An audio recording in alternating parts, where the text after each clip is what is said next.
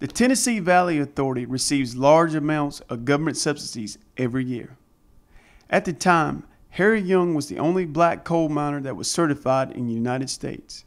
Harry had submitted multiple bids in which he was $2 cheaper than the going coal rate, but was denied or never answered by the TVA. At the time, the TVA had $13 million set aside for black coal miners, and Harry applied for this money but never received any answers. The money that was set aside for black coal miners ultimately went back into the general funds for the TVA. In 1992, the USDA alleges there was a foreclosure hearing in which Mr. Harry Young nor his wife wasn't present. The USDA used an attorney that once represented Mr. Young and his family in other matters, but did not have the permission nor the authority to act on Mr. Young's behalf. This meeting allegedly took place in Hartford, Kentucky. Efforts to reach the attorney that was in question was denied by the attorney's office. They claimed that I was at a foreclosure hearing and it was in front of some judge in Hartford that Russ Wilkie was representing me, which I know nothing about.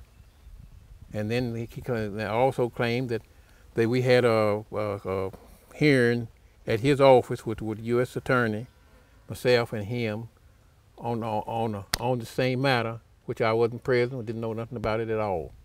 I have never been in any court hearing on this matter at all. I've been through bankruptcy, trying to get them to come up with how much I owe.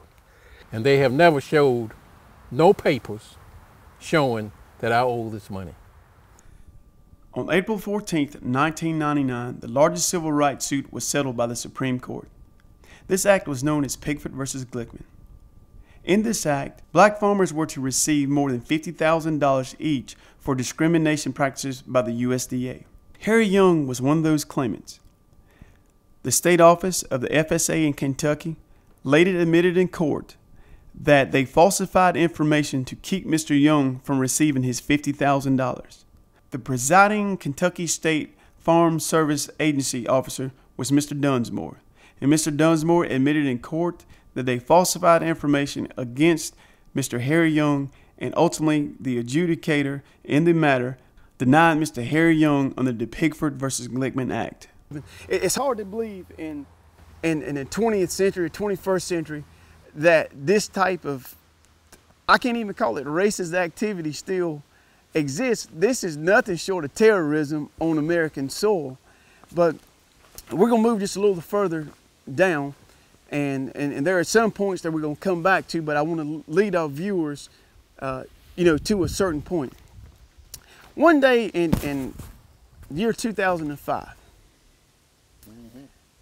you were sitting at your house, knock on the door, United States Marshals. Tell me from A to Z what happened on that horrifying day. Well, I was in the bed when they knocked on the door, and I got up and I didn't have on no shoes and no shirt, and I put on a pair of pants and went to the door. So this man was standing in front of the door, and he said, Harris, come out here, I want to talk to you. I said, okay, because I can see but one person standing there. And as soon as I walked out the door, there was a guy over here to the one side, and he was on the other side. Each one of them grabbed my arm. Each one of them grabbed the arm. And he said, well, we told you to move, and now we're going to put you out. And I said, what's going on? So they held me. They went through my pockets, took everything out of my pockets, throwed it on the ground. I was barefoot, didn't have on a pair of pants.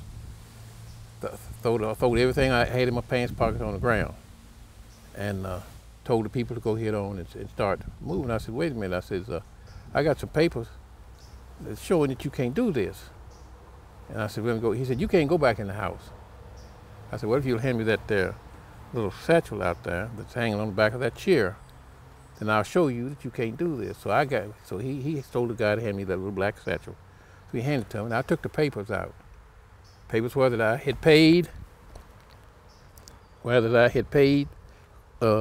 through the court through the coal sales, $139,000, 130-some thousand. And in December of 1980, I showed in the paper where from the government that I only owed on December the 30th of 1980, $130-some thousand was a balance my owing. And I showed in the paper where I hadn't received any money since then. So my loan was paid off. And I showed him where the discrimination suits were still pending, that he couldn't put me out until these suits were settled. And he said, I can't read. He read the papers, looked at them. He said, I can't read. Go ahead and put him out. This was a U.S. Marshal? U.S. Marshal. Wow.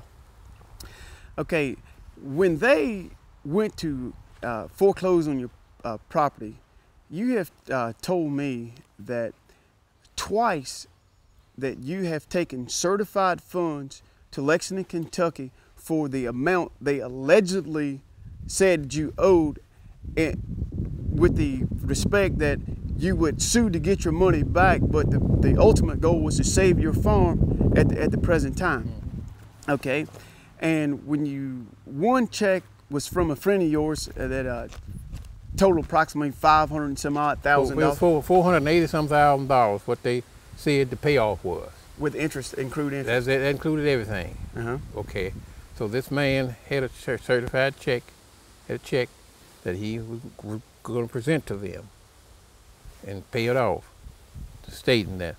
And the U.S. attorney stated in writing, we have that in writing, that they would accept this check providing I drop my civil rights suit. And I said I wouldn't drop the civil rights suit, but I'm going to pay it off. That's what they said I owed, that they would settle for. And so they wouldn't accept it.